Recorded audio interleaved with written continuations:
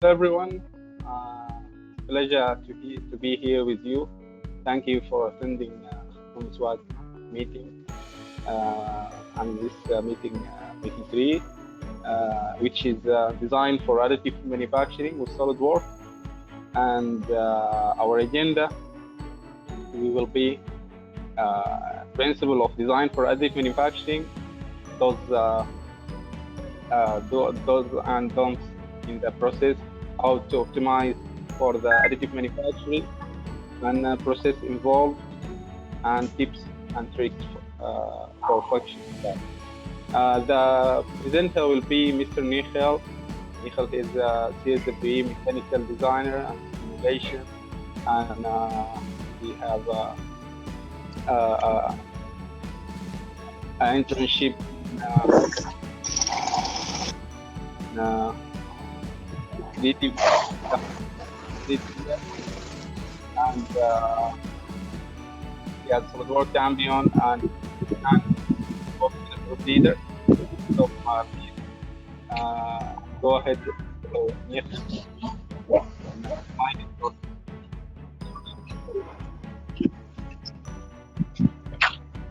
Also, Okay. we're gonna have like a special guest. The CEO of SolidWorks is gonna be here now. Manish. Oh, really? Yeah.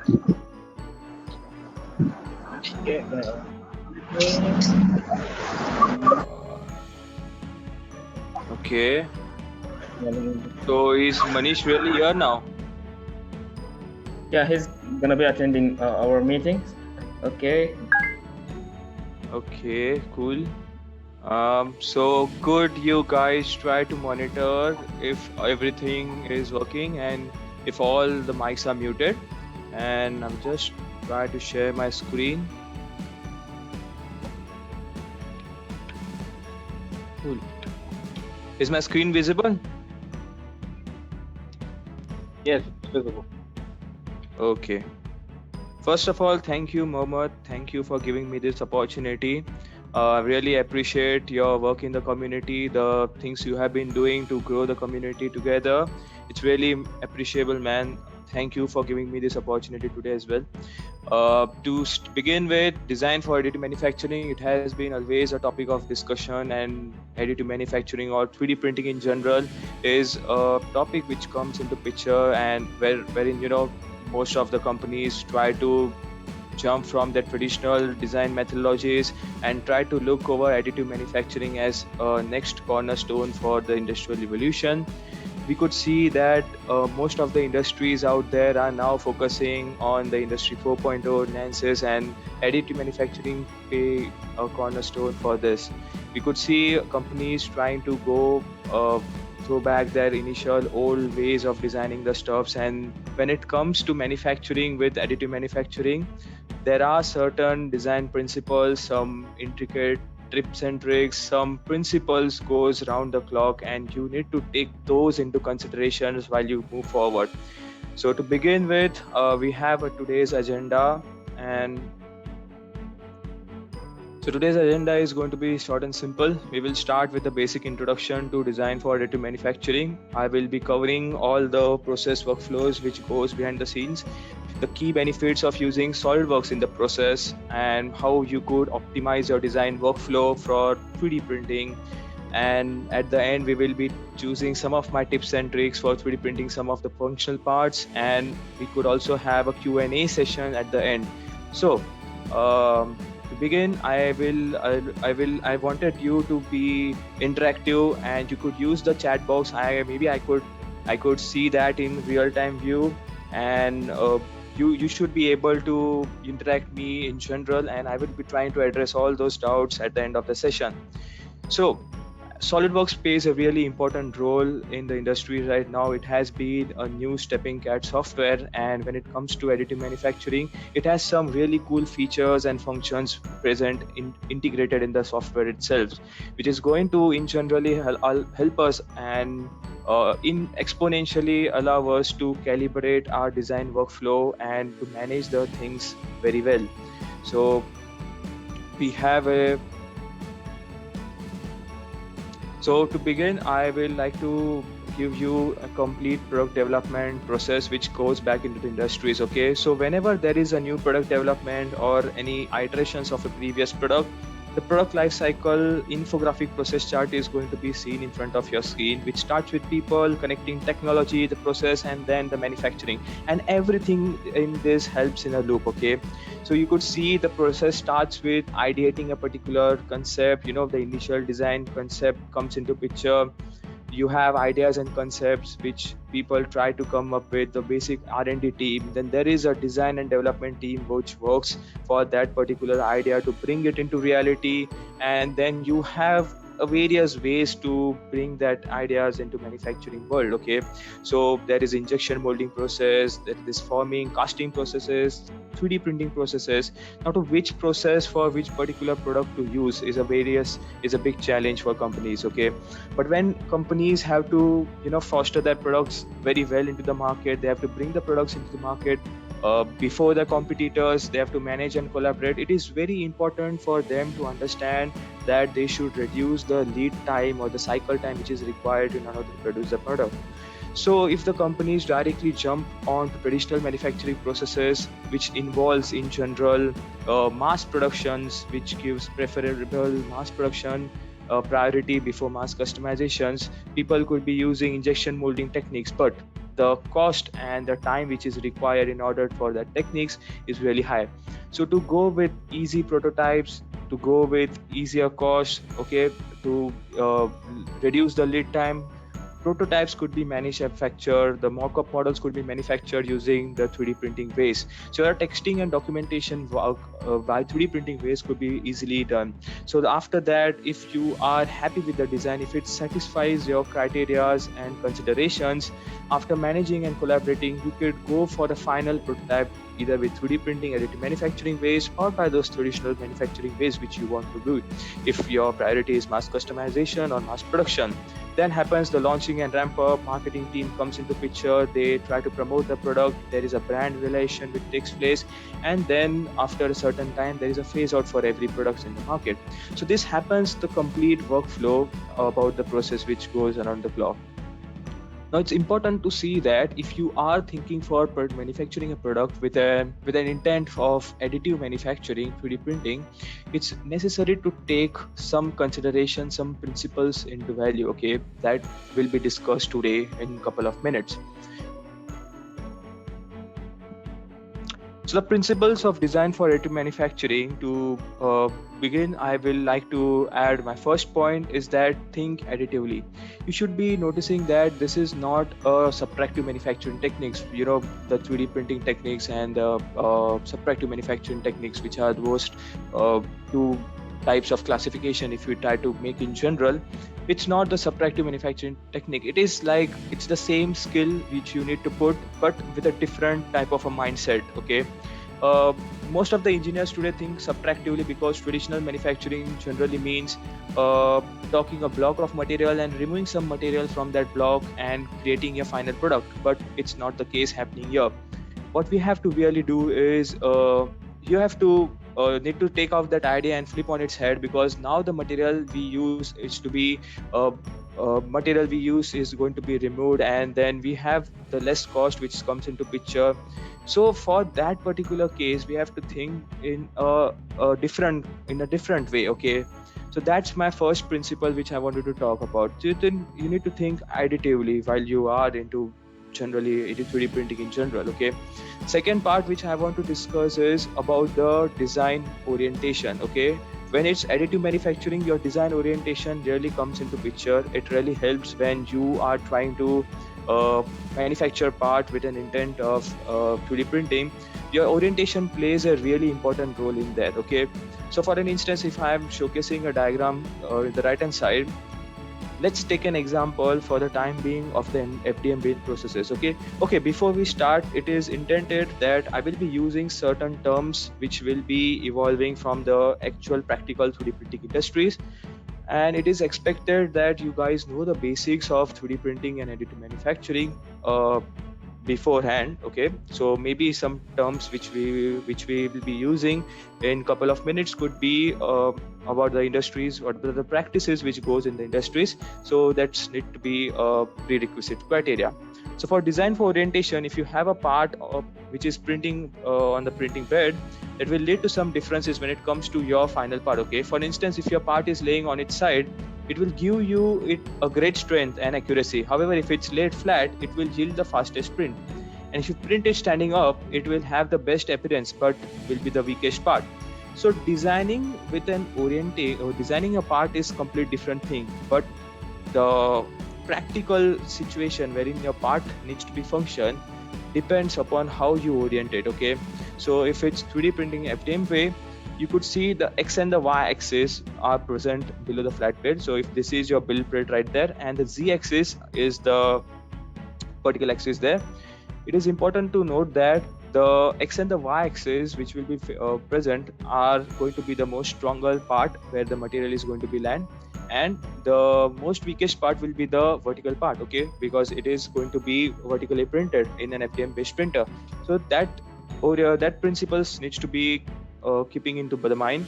Second is the contour design. Now what is contour design? Contour design means that certain parts can be printed with just 1 or 2 extrusion lines. With those extrusion lines, you can create some really lightweight but strong parts, such as for example wing features. Okay, now when it comes to segment and bonded parts, I mean to say that if you have a situation wherein you have a pretty good large amount of part that needs to be 3D printed, and if it doesn't fit on your print bed, okay, the part is going to go outside your print envelope.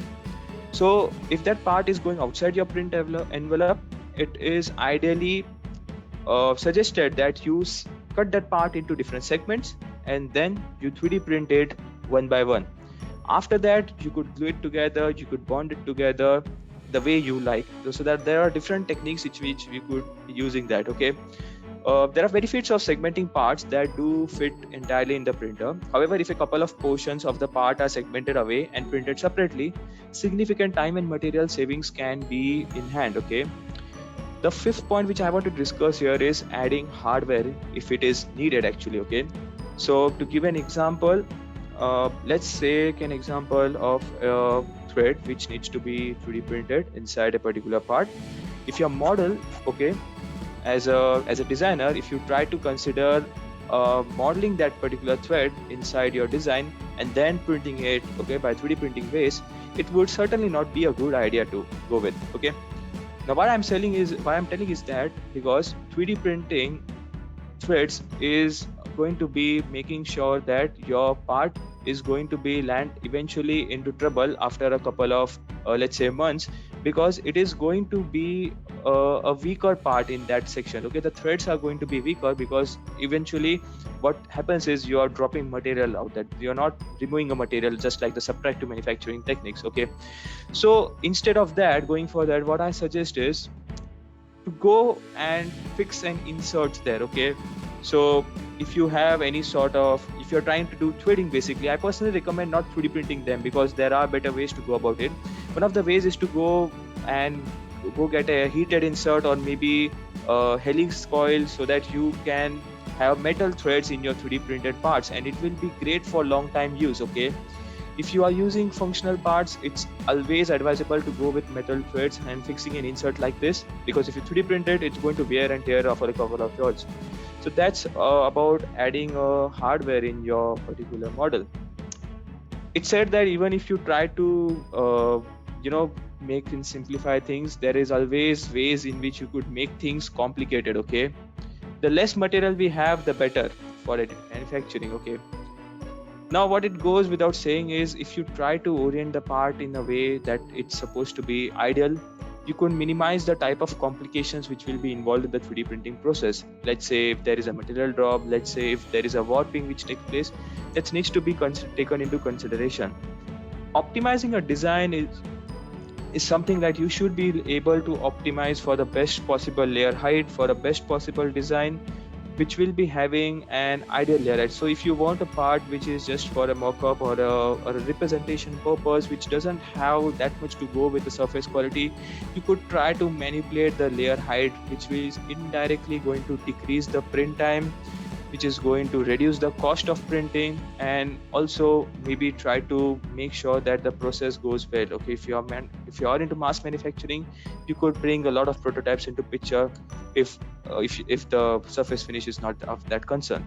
So optimizing the design based upon your intent of manufacturing should be a very vital way of considering, and it's one of the most important principle of design for additive manufacturing. Okay, moving to the next slides, what we have now is the traditional workflows which goes into the industries. Okay, so if you take into consideration pretty much any 3D printing industries, what is happening is there is a design engineer involved, there is a CAD modeler, maybe an application engineer who is going to design a model for you, and then that's the first basic step which happens. Okay, the 3D printings process, you have the CAD modelers who has the design ready with him.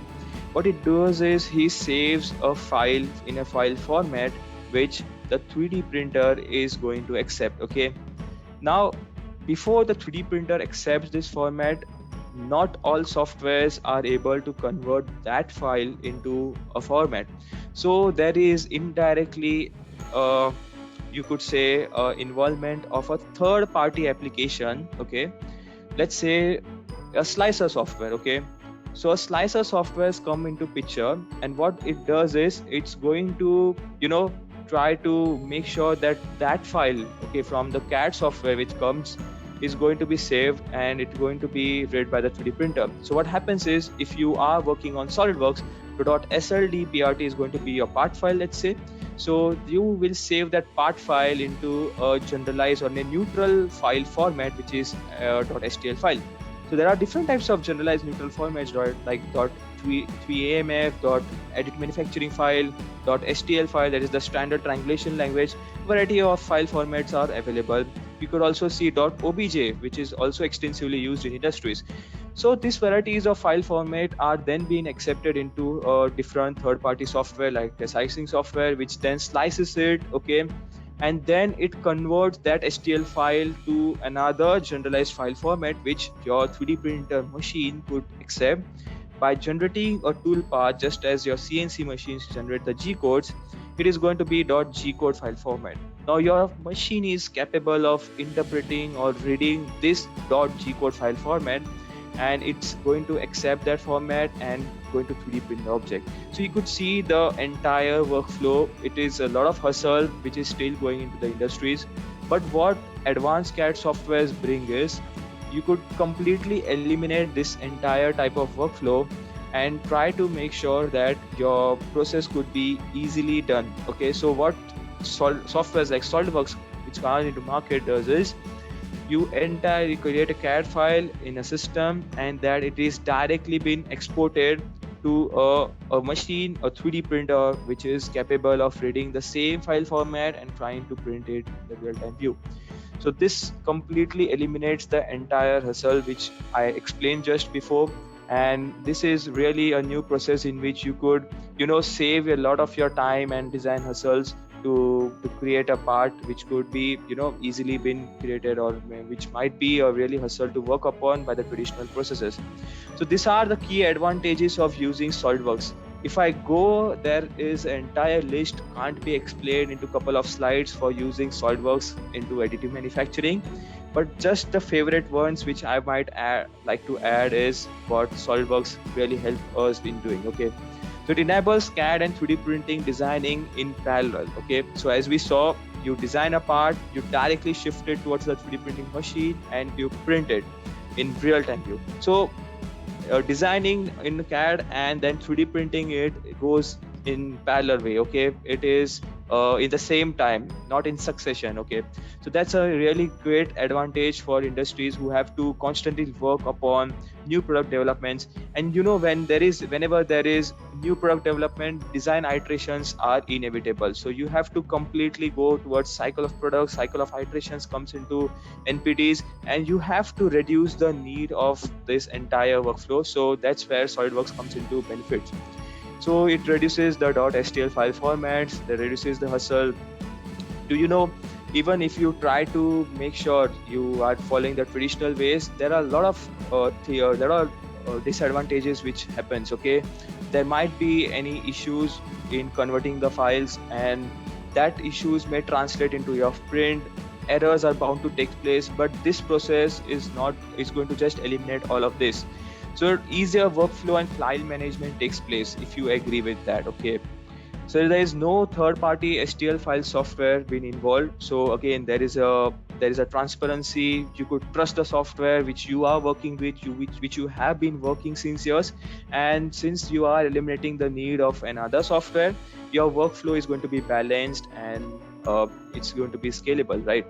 Now, what are ideal scaling models? Okay, I will explain this with the practical demos. Okay, and all these 3 features I will be functioning with a practical demo. So let's shoot. I hope my screen is visible to you. Okay, so let me just open a particular part.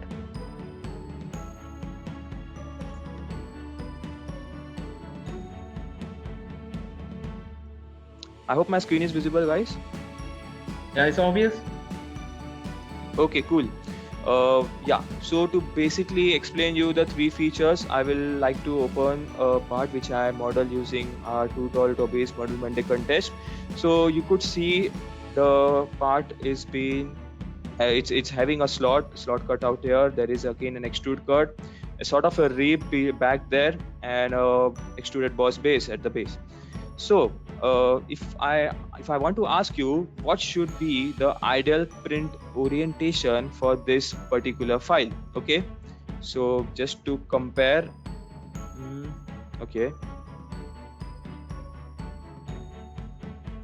guys, in the chat section, if you think keeping this as the base, which I have highlighted, keeping this as the base, 3D printing it with this particular orientation, this is your z-axis, drop in the chat section 1. Or if you think keeping this as the base and 3D printing it in this orientation, drop in the chat section 2. Let me see the varieties of answer that goes around.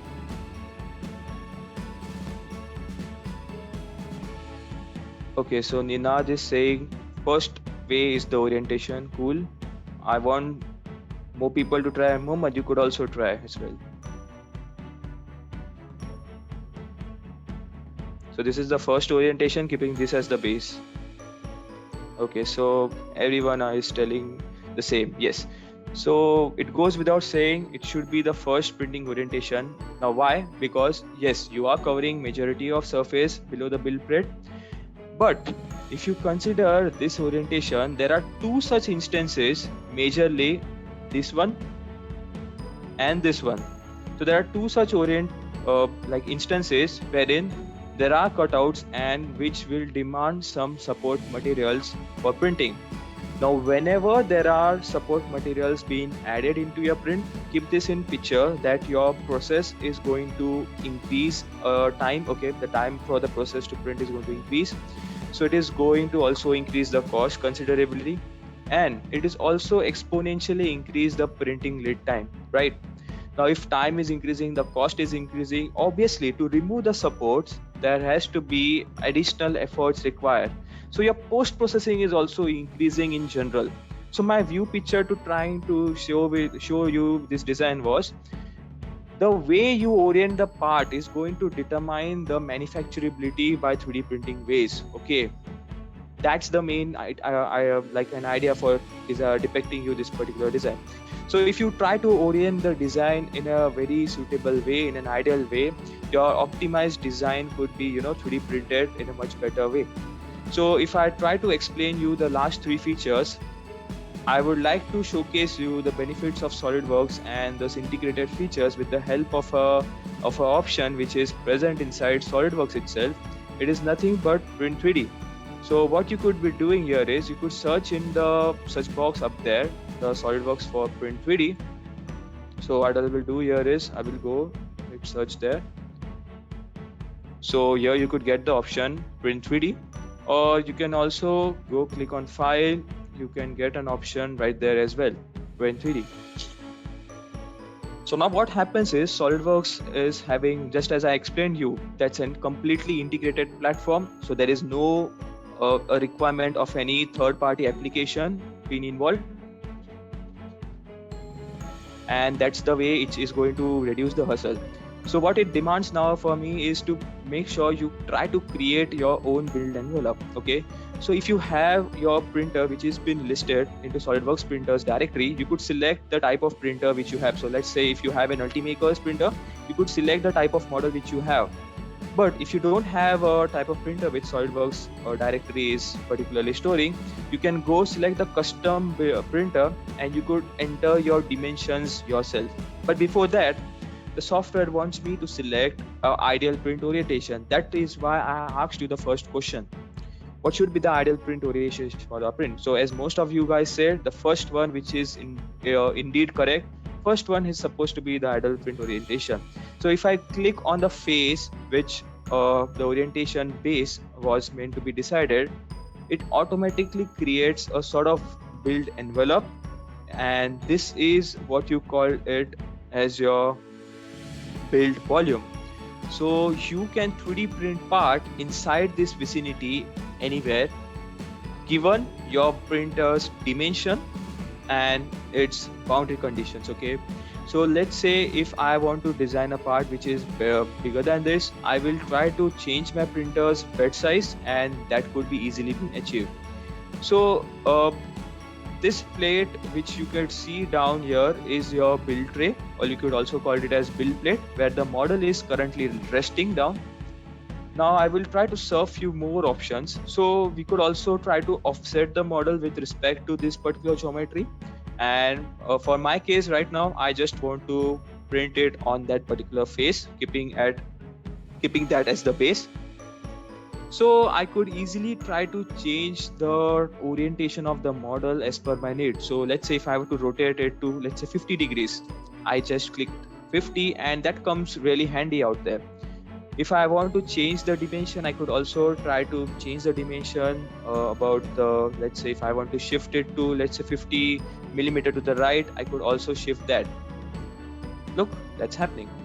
Now, if I want to myself basically try to, figure out the best possible orientation for this, if you are freshers, if you are newbies into the 3D printing and you really want to know about how the best possible orientation might happen, you could simply click orient to fit.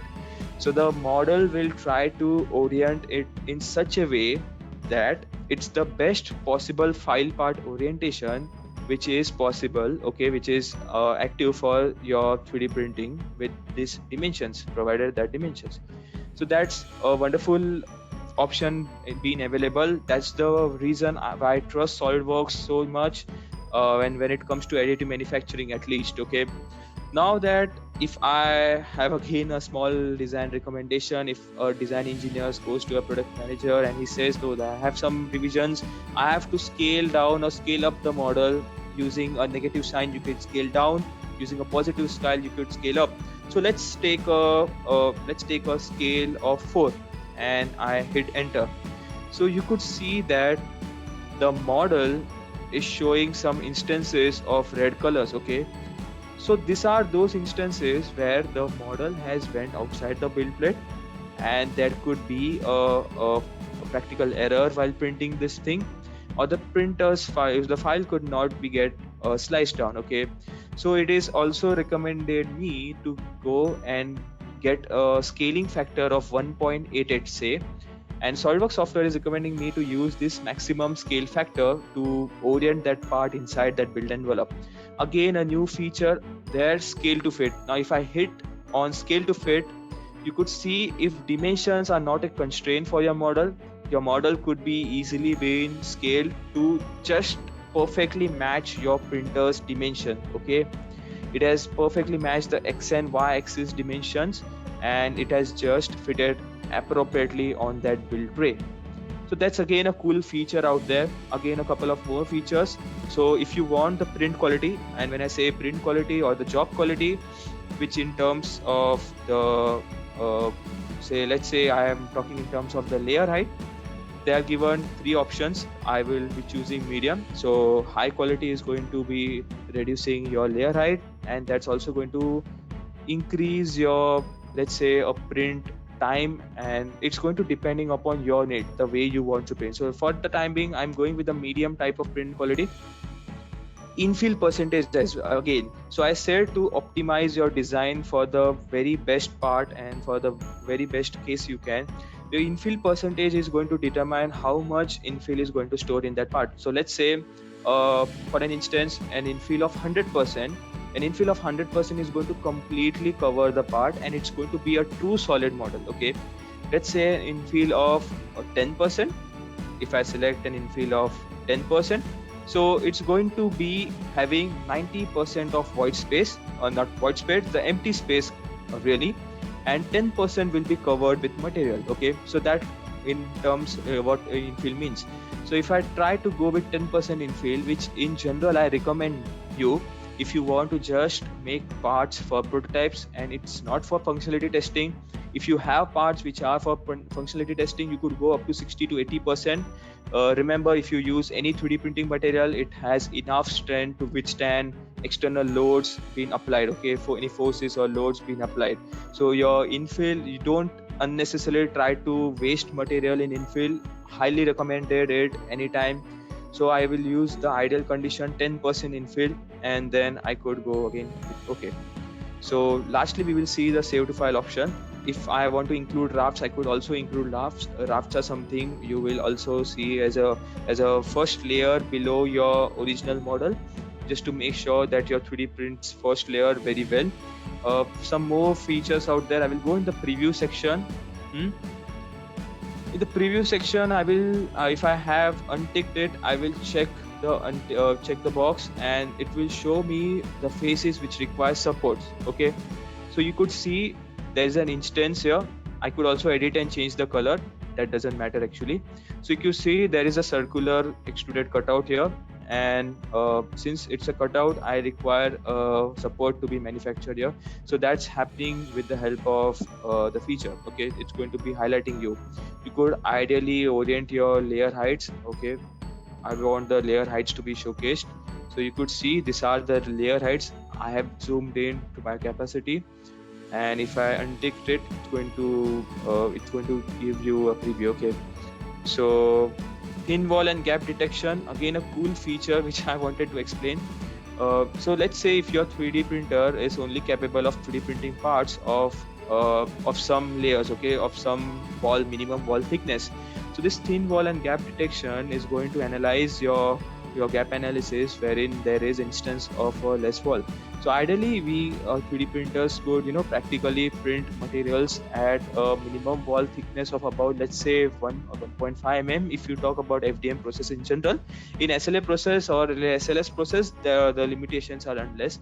So if I go and click 1 mm, it's not, and I hit OK. Oops, I just entered for 2 times. Again, I will go back to the print 3D option. Okay, so if I click on let's say that I want a 1 mm wall thickness, it doesn't showcase me any. Okay, it really doesn't showcase me any, because there is given the units millimeter gram seconds, there is no instance where you could see there is a minimum wall of 1 mm. But if I try to orient it 115 and try to calculate, it's showing me, the green wall, it is showing me an area instances wherein 15 mm is obviously a large amount for this particular model if it was designed. So it is showing me instances where your angle is more than 178 degree and that it requires an attention to be given. So this is what you could do using the thickness gap analysis. And if I click OK, it is going to save that file into the printer and send it for manufacturing. The next way, just to showcase you, is the traditional way which we have been following. You could go to File, Save As option, and when it go to Save As option, one thing which I wanted you guys to notice is when you try to save an STL, there is a particular way in which you should go. Okay, so File, I am hitting Save As. Okay, so it's bringing me, it's redirecting me to a file to save that option. I'm selecting STL file. There is an option. You should click on the options icon there. What denotes is when you try to save STL, you should define what quality of STL you are trying to save, because STL is nothing but a standard triangulation language. It is having multiple triplets, and these triplets form a facet, and this complete mesh of facets is forming your complete model. So if you try to see, if I go to coarse mesh, it is going to, look, it is going to convert that complete circular, sharp circular and crisp circular instance into a sort of hexagonal like structures. You could see the sides, so it is of a low quality print. Okay, so that's again a checkbox there. It's given the type of output type you want, you should be able to select the fine, which is going to give you a really good type of a quality in terms of circular edges. So that is what I wanted to explain. So I would redirect it to a folder. I will click OK, and this should save it into an STL file. The moment you save it into an STL file, I will hit again yes. It is going to depict your part, which will be saved into an STL. So this was about showcasing you the print 3D features which happens in SolidWorks. Moving to the next part is optimizing the design workflow. So it is extremely important to avoid support materials wherever you want, okay, wherever it's possible. So depict this. If you consider this small CAD file, okay, a simple model, if I try to orient by keeping this particular base as the flat surface as the base, is going to take, let's say, 38 minutes given the ideal conditions. If I'm having the printing speed of, let's say, 100 millimeter per second, an extrusion speed, and a layer height of about 0.28. So if it's taking 38 minutes, if you try to orient it with a not so ideal condition, it is going to take 1.3 hours, and you could see there is an increase in the time, and this increase is not incremental, it's an exponential increase. Okay, from 38 minutes to 1 hour, it's approximately 2 hours of time. So to orient a part, it is absolutely important, and to avoid supports wherever you can. Supports increase the print time, support decrease the quality of prints, it increase the, again, post-processing way, a lot of hustle. So it's very important to avoid it as much as you can. Print supports with less infill density. Even if there are certain cases where you could not actually avoid supports, try to print it with less infill density anyways, which you have to remove it. If you have a dual extruder, your dual extruder material should be something which should be, a PVA material, which is a water soluble material. It could be easily been soaked inside the water, forget it for a few hours, and when you come back, it has the supports are vanished. So that's again a good way. Topology optimization comes hand in hand when it is additive manufacturing, where, let's say, if you have an iterated design part, the initial design could be again been optimized. Again, SolidWorks simulation has a very wonderful features for topology optimization as well. So you will be able to find a good design with a topology optimized designs, and it lands hand in hand with 3D printing. Ideal print orientation, I explained you how what are the benefits of printing it ideally. Okay, optimum infill. So as explained, 10% infill is really it's going to match your particular intended design and the manufacturing criteria. Only if it's a functional part, it requires external boundary conditions and loads, you could try to go ahead, increase the infill density, which in terms cost you for increasing the time and material as well. Going to the next tips and tricks. Okay, these are something I have mentioned on my own. You should try to understand your 3D printer's tolerances. Look, as a design engineer, you're going to design the part, but if it's meant to be manufactured by 3D printing, you are going to 3D print it if considering FDM for the time being. It is instead a plastic, a biodegradable plastic, and plastic, it's going to shrink and it's going to print, right? So there is going to be a dependable degree of shrinkage in plastic, but that shrinkage is not too high. Ideally, when printing it from a particular 3D printer, it is going to naturally going to decrease a particular by a shrinkage factor, the size. So if you say there is a hole and shaft alignment, you should try to make sure the size of the hole is considerably high, keeping your tolerances in your printer. But if you want to design it and manufacture it for a, let's say, a tight fit, then with that intent you could design it, but it completely varies. Secondly is to avoid sharp edges. Again, this is something I want to depict on my own. From my practical experience, what happens is when you try to use sharp edges into your design, what happens is when the 3D printers, basically from an FDM based technology, it is going to print it, let's say vertically. When it comes to sharp edges and when it goes to 4th or 5th layer, the design which is been present, the part which is present in the bed, it starts to warp out. Okay, that's happening.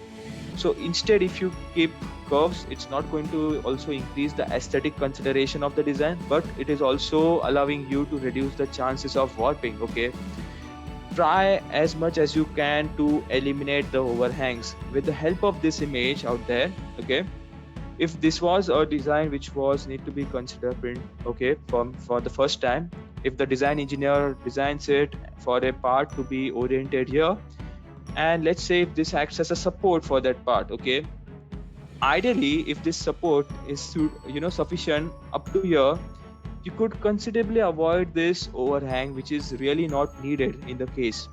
So I didn't like the large overhang support which was required. So in the second iterated design, or first or maybe the first redesigned prototype, I just completely eliminated the overhang. Overhang is going to again add support, and I really don't like support printing. Secondly, don't try to print an entire model just to check a small feature. Okay, so for an example, there are some locking tabs which the designer have to check. So this locking tabs could be eventually checked if they are working, how the the strength of those locking tabs are, by at least printing some initial 50 or 100 layers up to here. There is no need of prototyping the entire model. So these are small things which industry people take into consideration when it's designed for additive manufacturing. You have the designing and the manufacturing controls with you, which is not the case of traditional injection molding techniques, or let's say other forming and casting techniques as such. So when you have the manufacturing control, try to make sure you optimize it the best possible way. Thirdly, try to bridge your support areas. Okay, so again, try to explain this. Let me give you a small demo. I will try to make a part.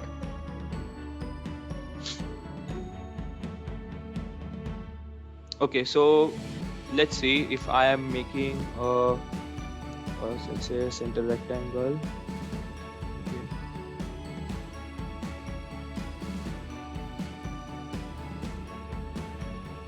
So I'm basically trying to make a bounding box wherein I could show you my way of bridging the supports, which is going to eliminate the need of adding supports to that material. I will try to add a shell of, let's say, 2 mm. Let's see how it goes. I will check the preview. I think it would work. Okay. So if I have created a bounding box of, let's say, a minimum wall thickness of 2 mm, could find a plane right there, and let's say if I am 3D printing a feature there, so let's say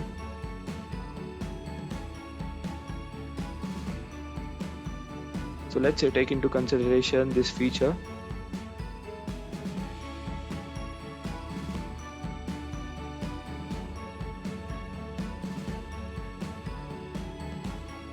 I really don't know why my computer is lagging right now. Maybe just too many tabs open. Okay, so maybe 40. Okay, so yeah, so this is what I wanted to explain you. To explain more, let's take a section view. Okay, now to basically 3D print this bounding box, I have a feature.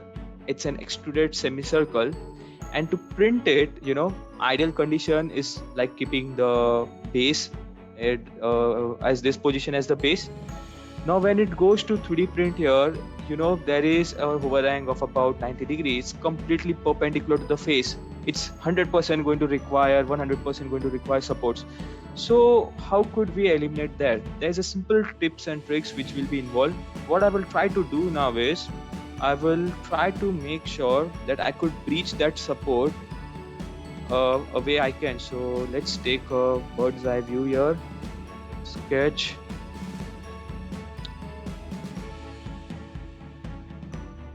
Okay.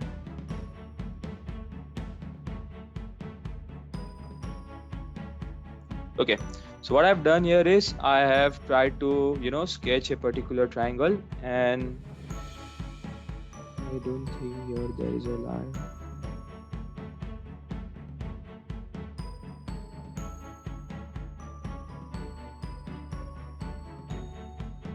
Okay.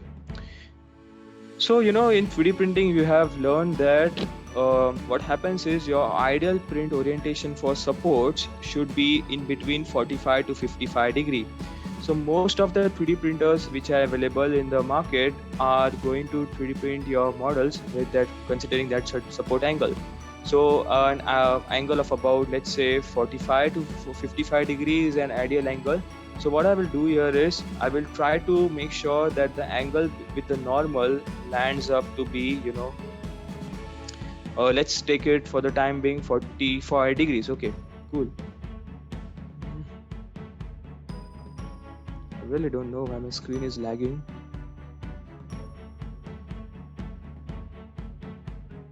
Okay, so let's take it 45 degrees. So when the 3D printer is going to, print the layers, so this is how the face is going to be printing. Okay, so I will again switch it back to the edges view. Okay, now let's say if we are considering it for 3D printing, I will try to make sure that this edge comes out and it's trying to stick to a surface there.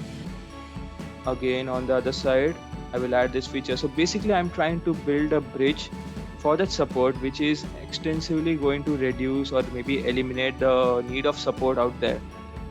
Now, could you check if it was going to be with support? It would have required a distance of, let's say, more than 24 mm, which is currently showing me now. Now, by doing this small feature, I have completely eliminated the need of support to be printed. So that is saving my material, it is saving my time, and also it is saving the type, post-processing way in which it is going to require, because ultimately it was a bounding box. So removing support materials out of that was really a hustle. So by small features like this, it is going to eliminate the need of supports. And to be honest, really, it isn't even possible to look at it from a bird's eye view. So you could not even see what's happening inside, how you have ideally printed it. Okay, so that's the main reason I have included that point. So you could reach supports by that technique, which I have been following since couple of months now, and pretty much it goes really well. So this was all about tips and tricks, the principles which was involved. I do really hope you like the session, and if you have to contact me, you could use my email ID. I have dropped it in the screen. You could try to reach out to me on LinkedIn or maybe on Twitter as well. I also am a SOLIDWORKS user group leader, and I also try to post my recordings, in a YouTube channel named Thane SWUG Meeting. So you could watch them out if in case you miss any. So this was all from my side. If you have any questions, anything to ask, any suggestions, you could use the chat box. You could drop your suggestions, any questions if you have any. Thank you, Mr. Nikhil, for your presentation. It's very clear and detailed, and very helpful, actually. Before we start the session, I want to say greetings to Mr. Manish, the new CEO of SOLIDWORKS. So welcome, Mr. Manish. Greetings, everyone.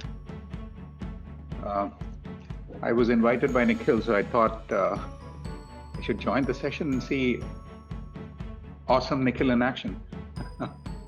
Okay, thank you so much, sir. It was really an absolute honor to present before these guys, and I was really surprised to see you. The platform is being upgraded today, so I was testing it. So I said, let me do two things at once. Okay, great. Thank you so much, sir. Thank you for your presence. It's really appreciable. It's really an honor to present before you, unknowingly at least. Mohammed did give me an intimation that you might arrive, but I was in my complete flow just to get these things, and I was involved in the presentation. It is really awesome to connect to everyone. I mean, I'm here. If anyone has any question for me, I'm happy to answer. We still have 15 folks online. Yeah. Actually, my pleasure to be here with us.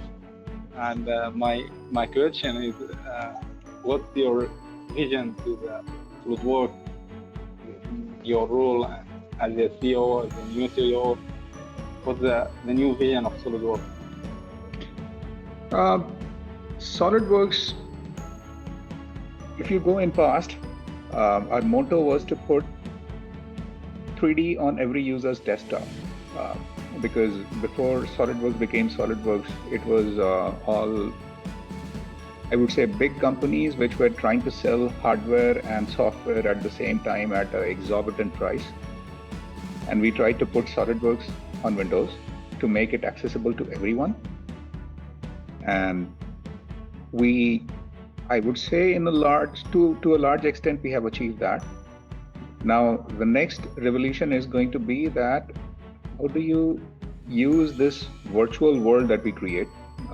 It's, in a way, we are trying to imagine things. We are trying to create things even before they exist.